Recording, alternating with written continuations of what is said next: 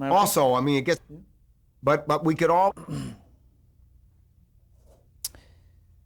We're talking about the Superstation and how it grew out of courage and smarts and good old business practices. One of the trademarks of that. Vision. What? Vision. Yeah. You have to have a vision. You have to have an idea of where you want to go. You know, that's probably more important than anything else, because if you don't have if you don't know where you're going, how are you ever going to get there? I mean, you have to have goals. So your goal was? Well, I wanted to do something that no one had ever done before. I mean, I wanted to create a series of networks. I wanted to do exactly what I did.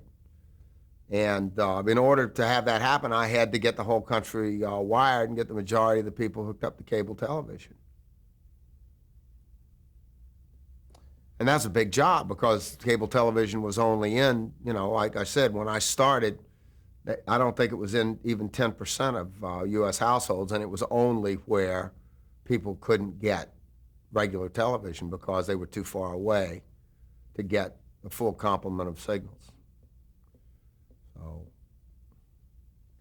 you also, it became a trademark that you scheduled, the programs that were scheduled on the Superstation started 5 minutes later. Sure. Why was that?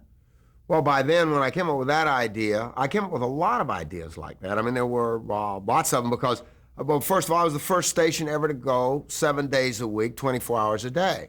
I wanted to be on all the time, because when all the other stations signed off at 2 or 3 in the morning and didn't come back on till 7, I would be the only station on, and people that were insomniacs that were up would find my station then, because the only station on, and maybe they'd watch it during the daytime if they knew it was there, because we didn't have a promotion budget. We just would appear on these cable systems, and that was the idea for what they called it Turner time, starting 5 minutes later.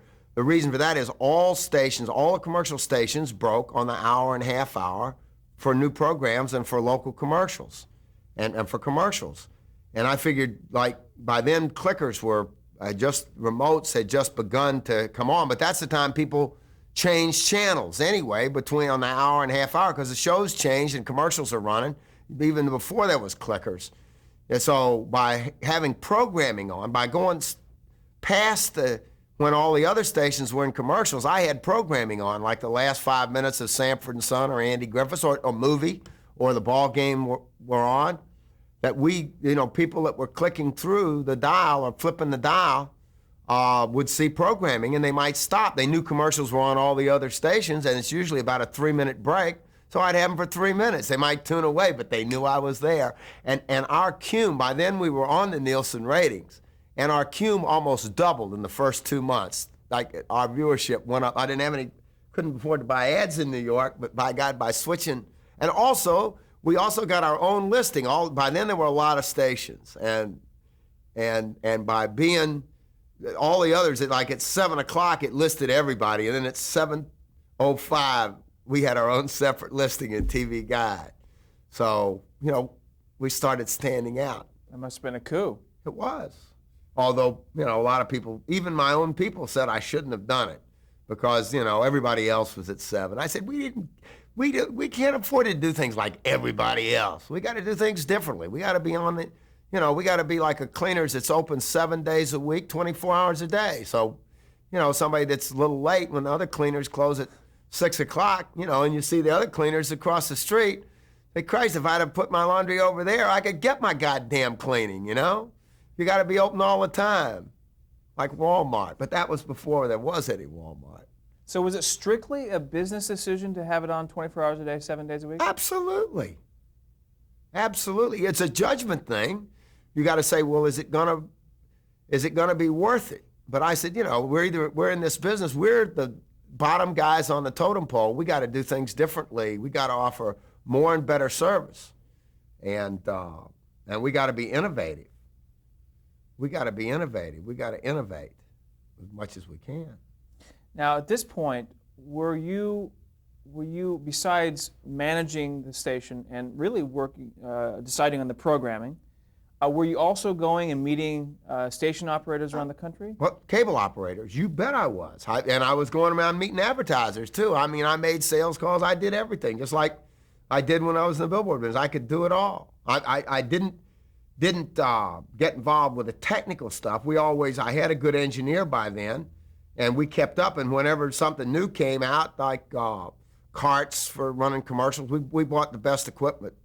We wanted to run a first-class operation from top to bottom, and when as soon as we could afford to, we were up to snuff programming-wise, and we got the best programming we could, and we got the best equipment we could, But I always, I delegated particularly the technical stuff because I didn't have any technical expertise. But we got getting on the satellite. There was no satellite uplink in Atlanta. And I went up to see RCA and I said, we got to uplink from Atlanta because we're going on the satellite. They said, well, that's a great idea, but how are we going to uplink when there's no uplink down there? I said, well, where are the uplinks? They said, well, there's one in New York and one in LA. And I said, well, I ain't in New York or LA. How are we going to get the signal there? They said, well, you can't get it there. You could put it on telephone lines, but that'd bankrupt us. So to get it to New York. I said, well, why don't you put one in LA? You got in Atlanta, you got a customer. They said, well, one customer doesn't justify putting up an uplink. I said, well, how much do they cost? They said $750,000 from one. I said, well, how about if I pay for the son of a bitch and I'll own it, and get there that way? He said, well, nobody ever thought of it. I said, well, if you won't do it, I'll do it. And I did. And I got Scientific Atlanta to build it.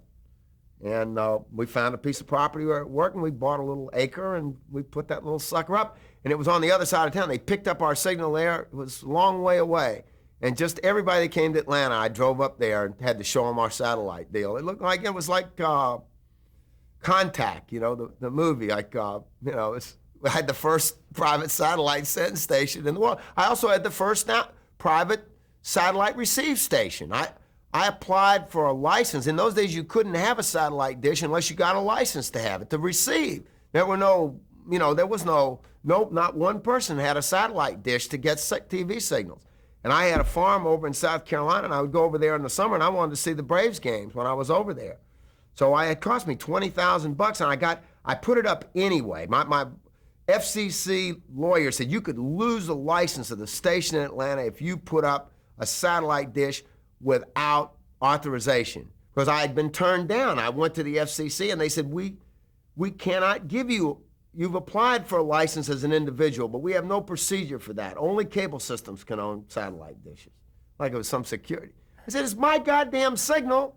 Why can't I goddamn watch it? It's my team and I'm going to do it. And I put the little son of a bitch up anyway. I said, screw it. How could they possibly do that?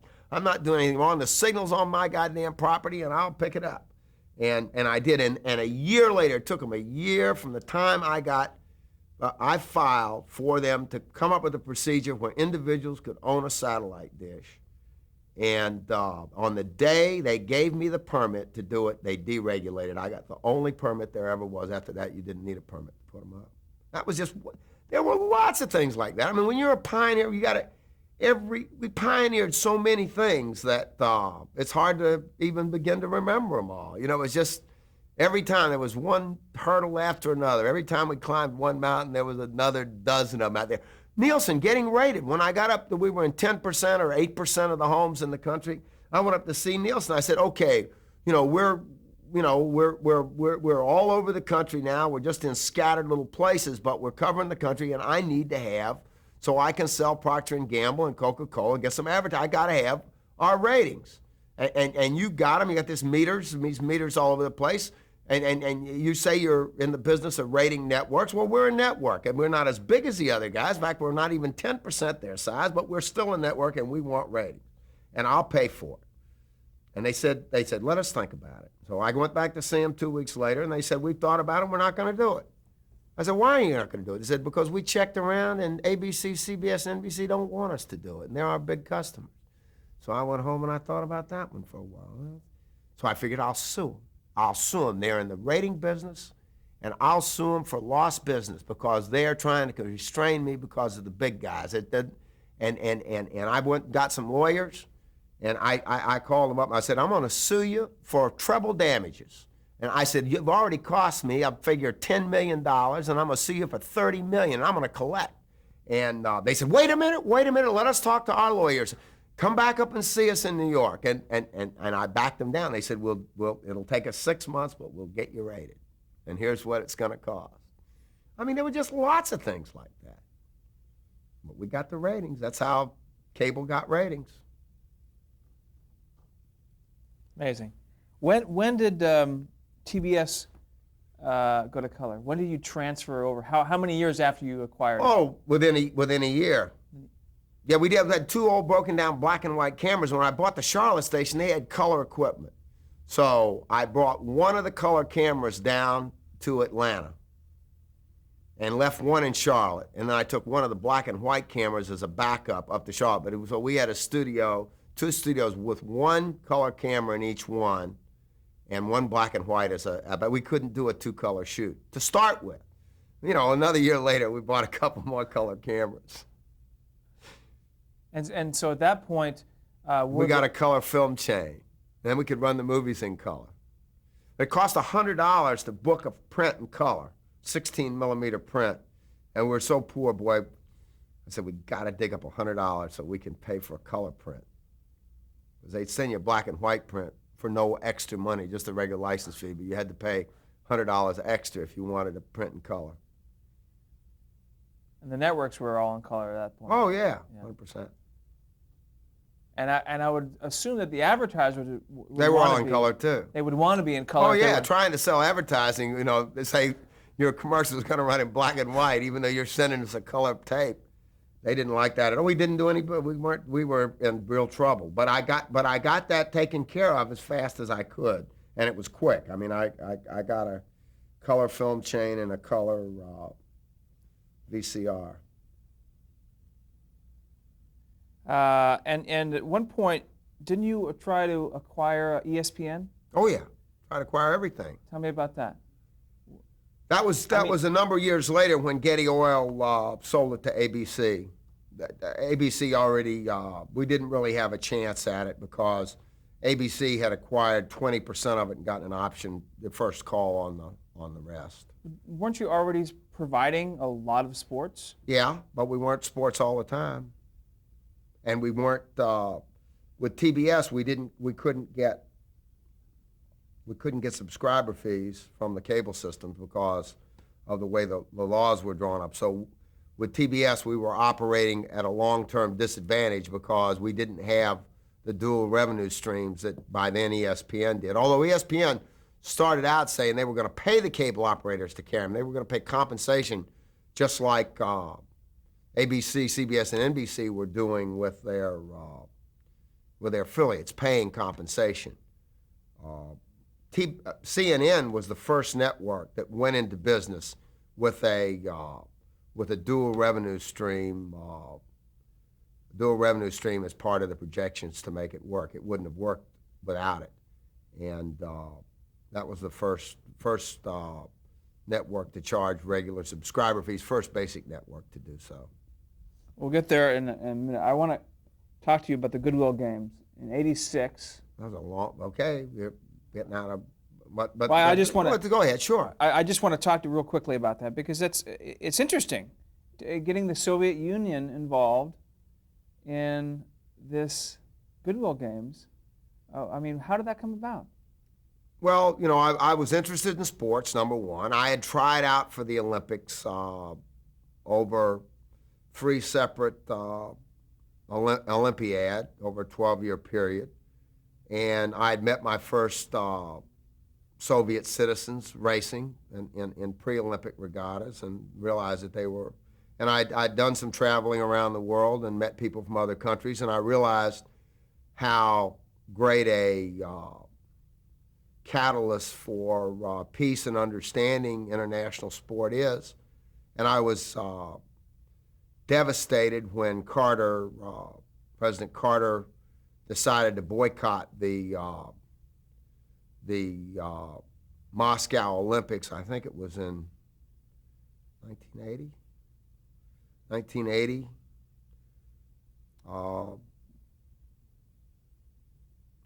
And then that was because of the Soviet Union going into Afghanistan. And then, of course, the Soviets boycotted the Los Angeles Olympics in 1984.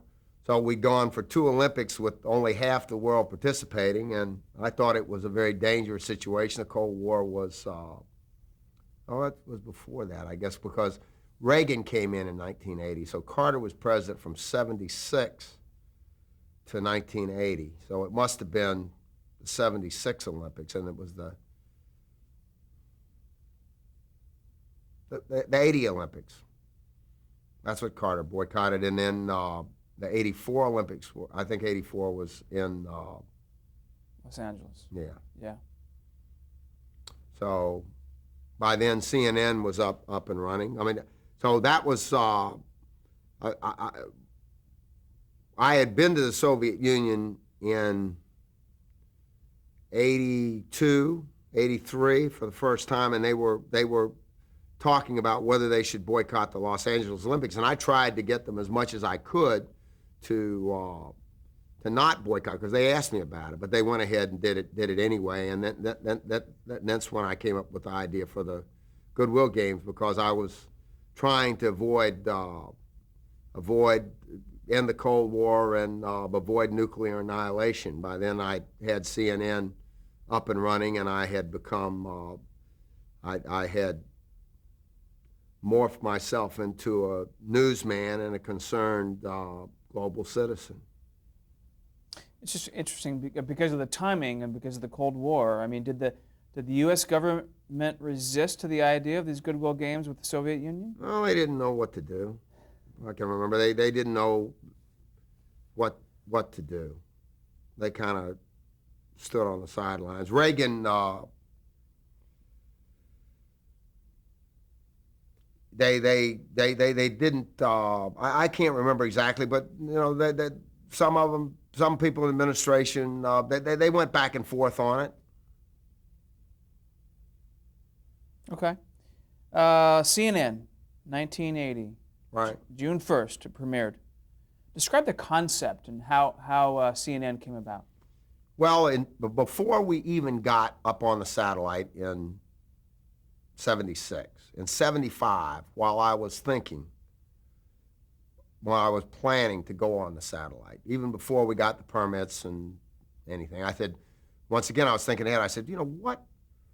There was no ESPN, there were no other cable networks at that time except HBO, which was running the new movies. You had the major sporting events on NBC, CBS, and ABC, and you had the old movies and more baseball games on TBS, and we had basketball.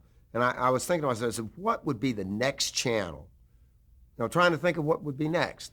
What would be the next channel that would be, what format would be the best format that doesn't exist and isn't on anybody's planning boards? What would be the next channel that would work to help the cable industry attract more subscribers and to keep them once it got them? And I'd been in radio. I was still in radio at that time. I still had those radio stations. And even though I didn't have any all-news stations, I knew there were all-news stations in New York and L.A. already, radio stations, and it just hit me right in the face that the next best thing, this was in 74 or 75, would be a 24-hour news channel, a news channel that was available all the time.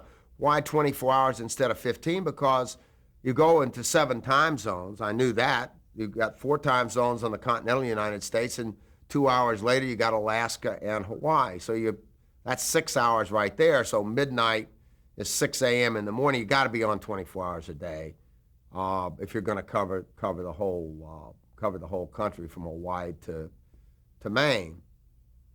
So an all news channel, and so that was 74, and 75 passed, 76 passed, 77 passed, 78 passed, and 79 came on.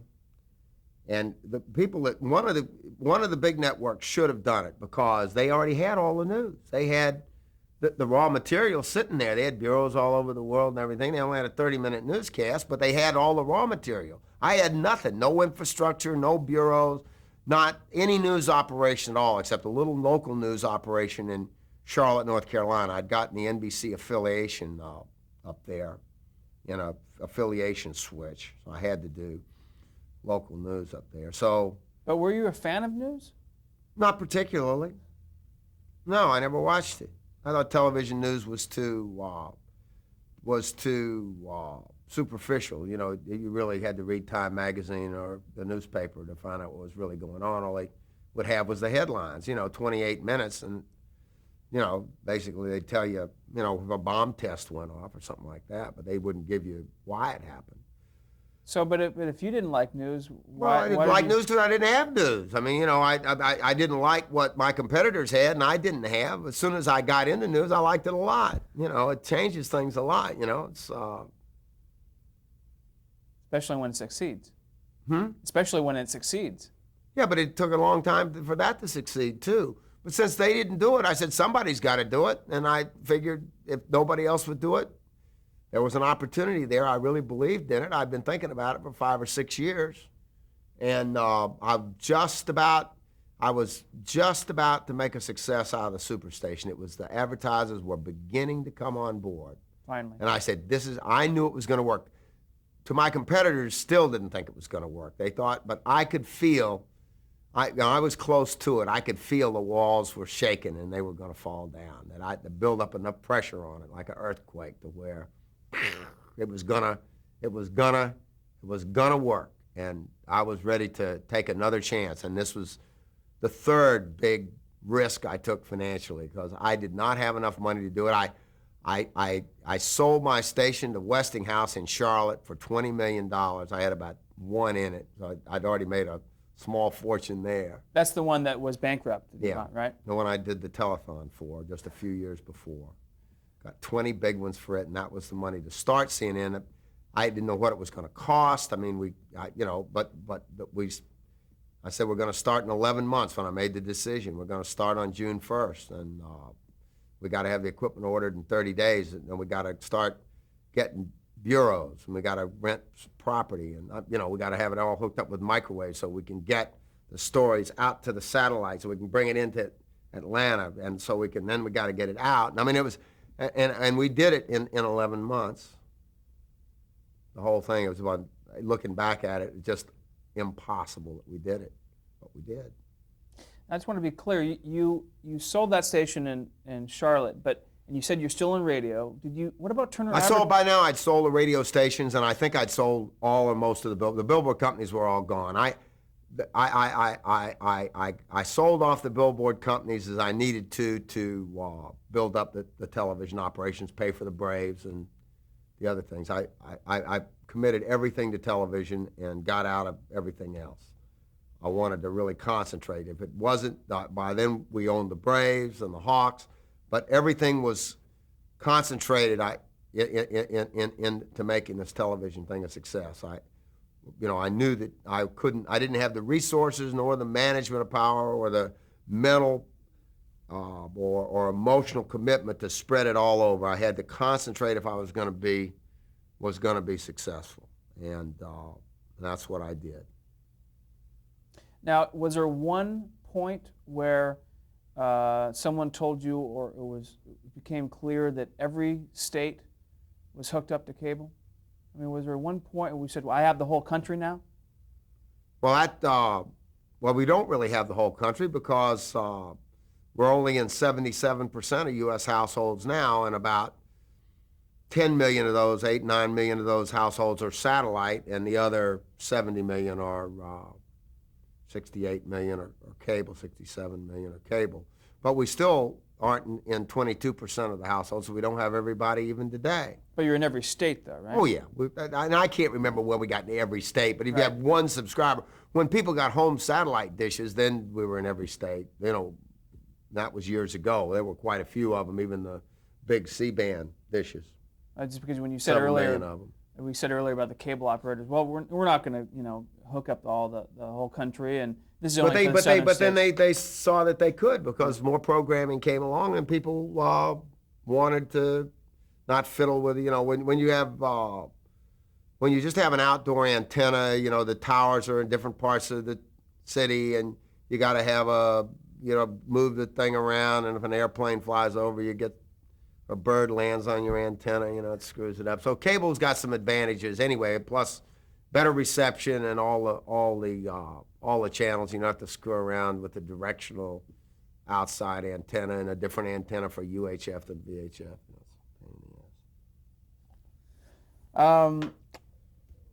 With the premiere of CNN, where does Reese Schoenfeld? He was the guy I hired. When I decided I was going to go in the news business, I had to have somebody to run it because I sure couldn't run it because I didn't know diddly squat from news. And so I checked around with some friends of mine. I didn't want to hire anybody from ABC, CBS, or NBC because they were operating with a $200 million a year budget. I had to have a guerrilla fighter because if we'd have done it the way that they'd learned it at NBC, CBS, or ABC, we'd go broke. Because our first year budget was $30 million, and they were spending $200. So our budget was 1/8 of theirs, and they were doing 30 minutes of news a day, plus 2 hours of the Today Show, and I was doing 24, 7 days a week. 10 times as much news on 1/10 the budget. How'd you do it? We did it, and I figured I didn't know. I knew we weren't going to have pictures all the time. We weren't going to get them. We weren't going to have all the pictures to start with. But I figured even if we could just read it off the AP wire, it would be better than nothing. So, but somebody that came home like I use myself as an example. In those days, I didn't get home till 7:30, 8 o'clock at night, and because I got up real early to go to work in the morning, because I never stayed up till 11. So I missed the news, the early news. It came on at 6 to 7:30, and then I missed the 11 o'clock news because I had to go to bed at 10 o'clock. So I never got to see the news. Not that I wanted to see it anyway, but I never got an opportunity to see it. And I knew there were some other people like me, and there were people that got home late at night working shifts, and so forth. I knew that all news radio worked, so all news television was going to work. You'd have to be a genius to figure that out. I mean, I thought it was pretty damn simple. But were you drawn to television when major events happened, like JFK's assassination? Did you? I can't remember. I know I was in a restaurant when I heard about that. But then the whole country had watched. I watched the Super Bowl, and I watched the NFL games on Sunday. When I was a grown man, I watched it, and I watched the late movie. This was not in the billboard business before I got in television, but I was a light television viewer, and I didn't watch it at all hardly before I got out of college. I mean, I watched it a little, but I was not a heavy viewer. I was too busy working and with my family. I had 5 kids pretty quickly. By the time I was 30, I had all 5 kids. I got married at 21, had the first one at 22. I had 5 kids in 8 years. But I watched it enough to know what it was. No break here.